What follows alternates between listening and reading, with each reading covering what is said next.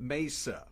There was a devastating fire in that East Valley city, and a tearful mom tells Fox 10 that literally seconds made the difference for her and her children to get out alive. Literally the difference between life and death. That's going to be one of the big stories we are following for you this morning here on Fox 10 Talks. Also, the shocking story coming in this morning regarding, in fact, this is one of the most shocking crime cases you will hear in years anywhere here in the state of Arizona. A detective in the local prosecutor's office has been arrested in a murder case. So we're going to tell you a little bit more about what we're learning about the victim and how the case went from a homicide or from a missing persons case very quickly escalating to a homicide. And there's another story coming in from the Grand Canyon. It happens every year. Another tourist has fallen into the Grand Canyon. His body was found after a 400-foot fall over the edge. So we're going to be talking about all of those stories. There's also another one that's kind of developing this morning regarding what's going on with Intel and these massive layoffs. It's one of the worst swoons on the stock market in a long time. So good morning. Let me just get out from the microphone. I'm Ron Hoon. This is Fox 10 Talks. You can watch us live on the Fox Local app every morning as soon as our morning show on Fox 10 TV wraps up. We're also live at fox10phoenix.com as well as on YouTube. And if you're watching us on YouTube, we love reading your comments. I had some great comments from you guys yesterday as more and more folks learn about our podcast and how we really are able to dig into the most interesting stories in a little longer style format. So in a few minutes, Syleste Rodriguez will be joining us. We'll be talking about all these stories coming up, including, did you hear this one that apparently, return to office, RTO, has been a big thing for about the last year or so. And so, we'll find out whether or not it's, is that trend going to continue or not? Well, we will get the answers to that. But let's first talk about this story this morning regarding this just devastating fire that we are starting to learn a little bit more about. And it came in out of the East Valley, out of Mesa. And we do want to get you the very latest info. Matter of fact, Danielle Miller has been reporting for us since out there early this morning. She's able to join us live. Danielle, we want to get all the info from you, but I have to say the interview that you did with that mom who is now dealing with her life being turned upside down was one of the most emotional that I have seen in years. It was. Good morning, Ron. Yeah, we were out there about ready to go live for our 8 o'clock news hit, and we had not spoken to the owners of the home at that point. Nobody was really around all morning long. We had been out there since about 4:30 this morning, and then there was this woman. Her name is Selena, and she was there with her spouse, and I kind of overheard them talking to somebody, and I realized, oh my gosh, this is the owner of the home. And just talking with her, it's absolutely heartbreaking of what happened. It was right around 2 o'clock in the morning. She says that, they woke up very rapidly to their entire mobile home just fully engulfed in flames and smoke. There was nowhere to go. They couldn't get to any other part. And luckily, they were in the front part of that mobile home, which was the bedroom, and there was a window close by. So, her and her spouse made the very quick decision to then break that window and climb out. And they escaped with a few scrapes. And she had said to me, I don't know how I acted so quickly. I don't know how everything happened. It's all kind of a fog. Everything happened so fast. But she's definitely extremely grateful for her, quick thinking and getting out of the home. We do know that she was taken to the hospital. And when we saw her, she had a few stitches on her shin from, the window that had broken. And it's just, she was looking at her house and just completely devastated, as you can imagine. She's owned the home for 9 years. She said that, she started with absolutely nothing in life, and she's worked so hard to get, stability in her life and for her kids as well. And, looking at the damage that was left behind was just heartbreaking for this woman. Well, we'll wait to see. Hopefully within the next day or so, the community will rally around her, and there'll be some sort of a GoFundMe effort to at least try to get back a part of her life. But everybody who was inside the mobile home got out alive, is that right? They did. So the Selena, it was her home with her spouse, and that was where the fire originated. It was either in the backyard or in that mobile home in particular. So thank goodness. She is a mother of 6. She has 1 on the way. She is expecting. None of her kids were home. They were actually staying the night at their grandmother's house. So she even said, if my children were in this house tucked away in their bedrooms at 2 o'clock in the morning, there's just absolutely no way I would have been able to go back there and to get my kids. So just what a miracle that it was that, her children happened to be at their grandmother's house overnight. She even said, I think angels were watching over me. And another just heartbreaking fact is they were taken to the hospital and, treated for their injuries, and they had no shoes. Her spouse had no shirt on. So they actually had to walk home from the hospital because they could not get on a bus because both of them did not have shoes on, and her spouse had no shirt on. So not only did you just lose your home completely in a fire, you escaped death by jumping out of a window of your burning home.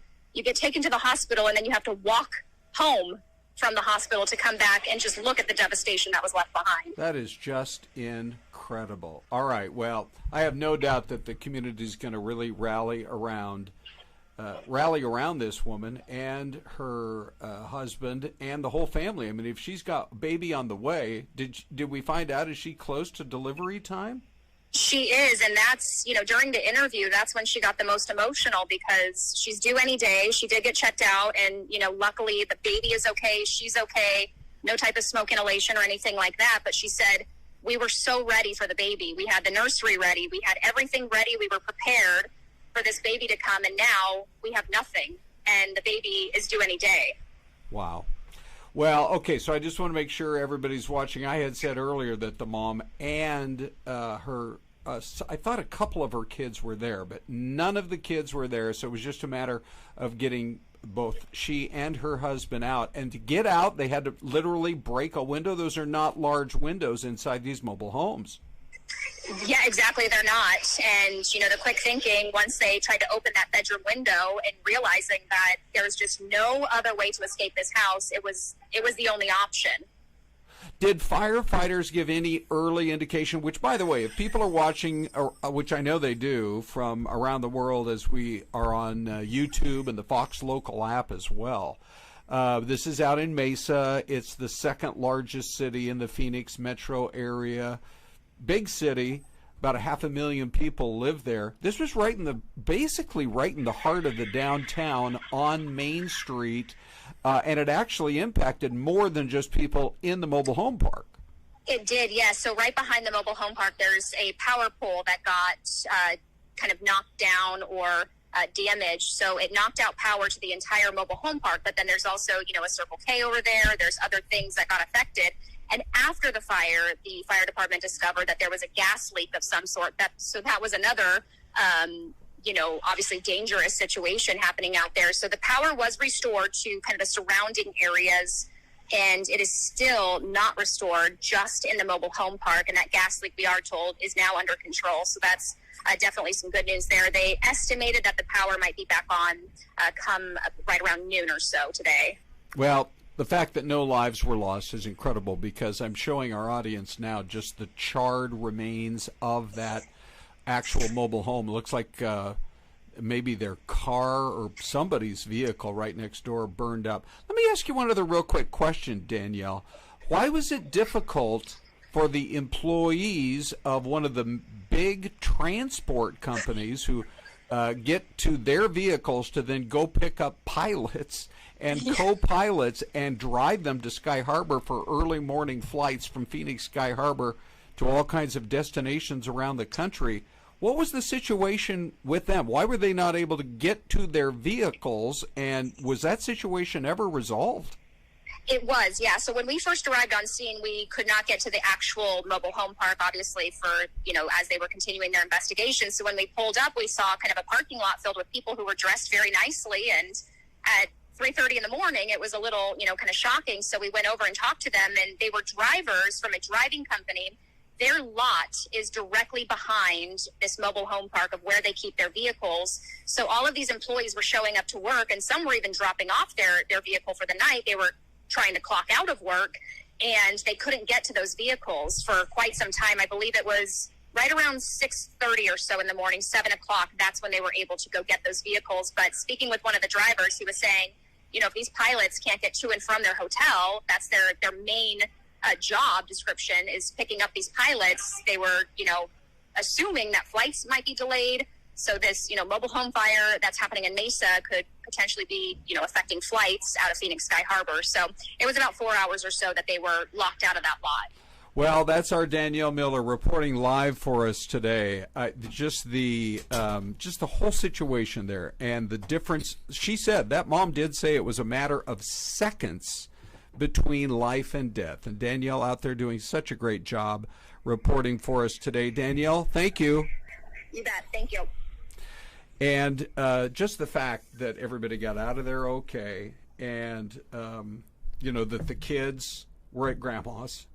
Otherwise, she has 6 kids. Yeah. Celeste joins. It's a miracle. It really is. And it was a heartbreaking interview. Danielle got it right there live on the air this morning. Right. And the mother was in tears. She said, if my children had been home, I don't know if we all would have been able to make it out. They were at their grandparents' house. Yeah. And just for she and her husband to be able to get out you're waking up, it's 2 a.m, it's filling with smoke, it's hard to breathe, you're panicking. Yeah. To have the wherewithal to say, hey, we have got to get out of this burning mobile home in a matter of seconds. Yes. And the fact that they did, she said, it was the difference between life and death, literally seconds. So anyway, the other thing that I think is new information for you that she just shared with us was that when the two of them got back after going to the hospital to be checked out, they didn't have any shoes because their shoes had burned up in the fire. They had to walk home from the hospital. Wow. She mentioned quickly in the interview, she said, we have nothing.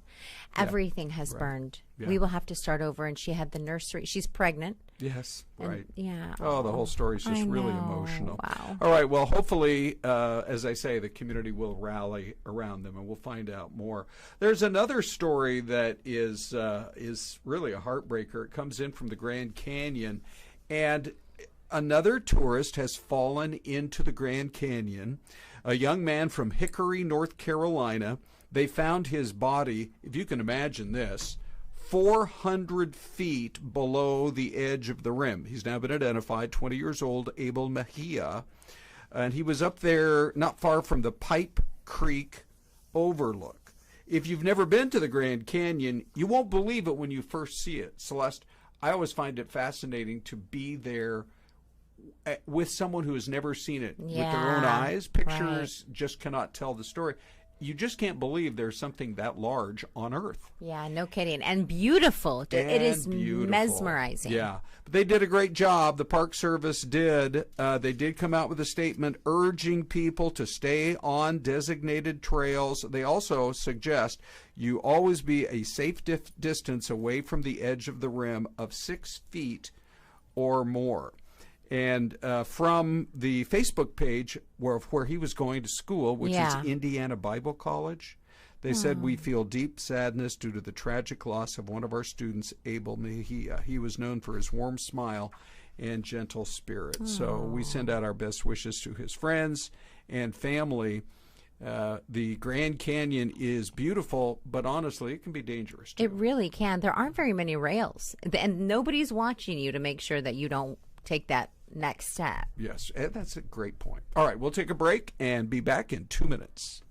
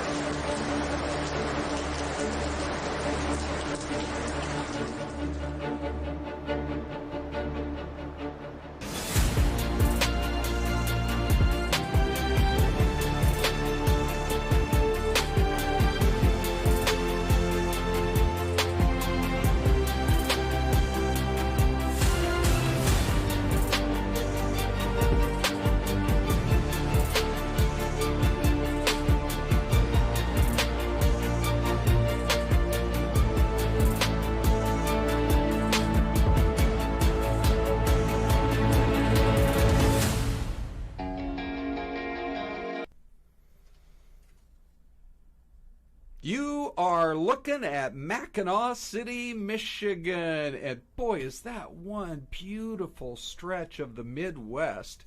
That bridge runs more from the mainland up to the UP, the Upper Peninsula of Michigan. People had been asking for a bridge since the 1880s. It finally got built in the 1950s in Celeste.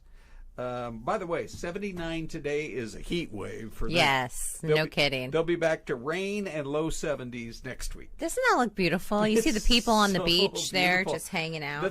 So I drove across it a few years ago, and you can't appreciate from this view how high up you really are. Yes. You're going over that bridge, and you're like, oh, man. It feels like you're a mile up there, but of course you're just a few hundred feet. Still, at one day a year, they close it to traffic, and they or most traffic, and they let people walk on the bridge. Oh, how neat! That's cool. Yeah. So just remember one thing: it doesn't look it, but from stem to stern, 5 miles. Wow. So you're getting a 10-mile walk-in if you ever want to go to the Big Mac Bridge. All right, let's talk a little bit more about a couple of our other big stories. The shocking story that is no doubt going to generate headlines all over the country. The detective from a prosecutor's office arrested for murder. So here's what we're learning about this particular case. The fellow, his name is John Bird. He made his IA, as we call it, his initial appearance before a judge overnight. And this is obviously a very serious case. He allegedly killed his own wife. It started as a missing persons report. Elizabeth Bird missed a gym class, and apparently she just never did. So they were concerned. They tried to reach out to her. No answer, no answer. And so eventually police went and checked. And once they got inside the house, they found her dead behind a locked bedroom door, and John was nowhere to be found. Wow. And I believe their kids were like, hey, where's mom too? And so the kids, you know, along with the friend who said, hey, she never showed up to her gym class. Right. You know, led police and checked the house. Right. Yeah. Do we know where the kids were? It doesn't. I hope they weren't in the home. Well, it doesn't tell us how old the kids were either. Right. Yeah, so we're not sure yet. Still a lot to learn, but oddly enough, almost as if he wanted to be caught, he was later found driving her car. Mm-hmm. So they brought him in for questioning, and he told detectives, quote, a switch had flipped inside him. They were having some sort of an argument. And so now he's got a second-degree murder charge. The story will be one that we are going to continue to follow. There's some of the paperwork. Now, he's a prosecutor or a detective in the prosecutor's office at the Maricopa County. So they've announced that, for impartiality, they're going to hand it off to the Pinal County Attorney's Office, which is adjacent to us here in Maricopa County.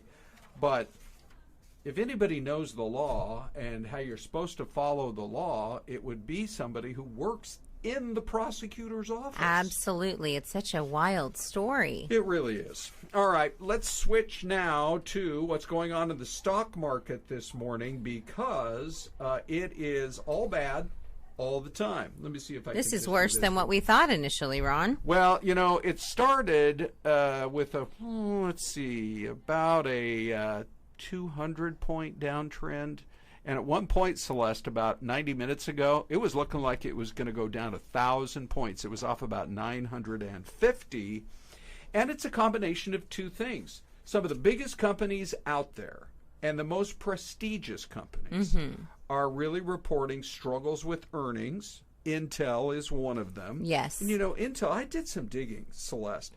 Intel itself is a massive employer here. 12,000 people work for Intel in the Valley at multiple facilities. Multiple. Some up north, most of them out there in the East Valley.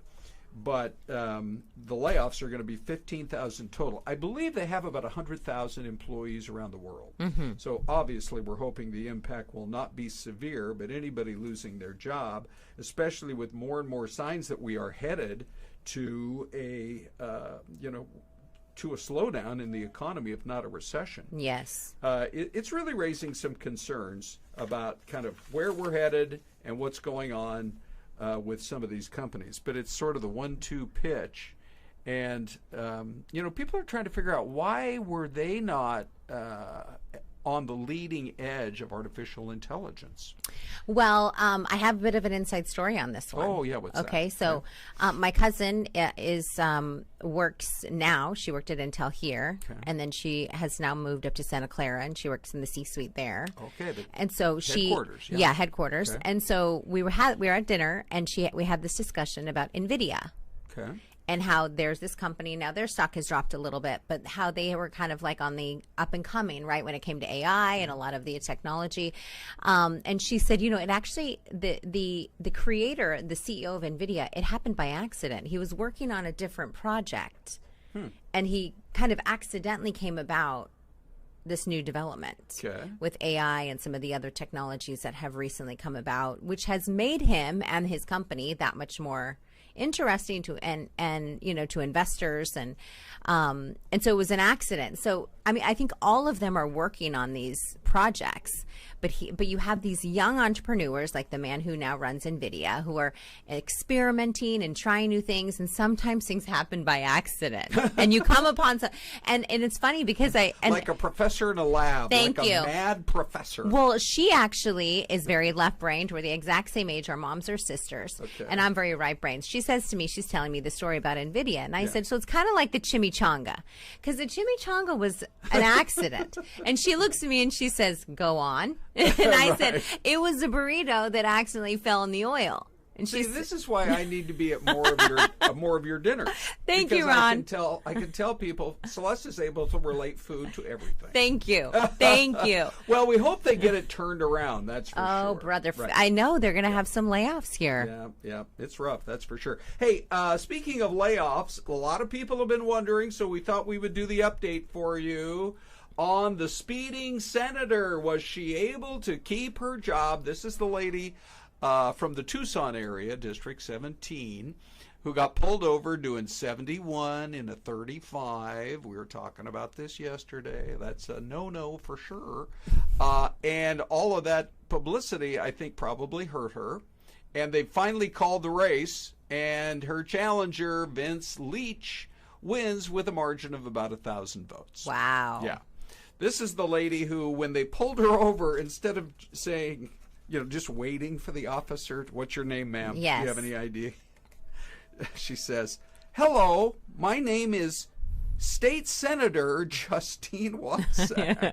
So now she'll get to say, don't you know who I am? Former State Senator Justine Watson. Well, anyway, it didn't work out for her, but they finally called that race, and she is out of a job.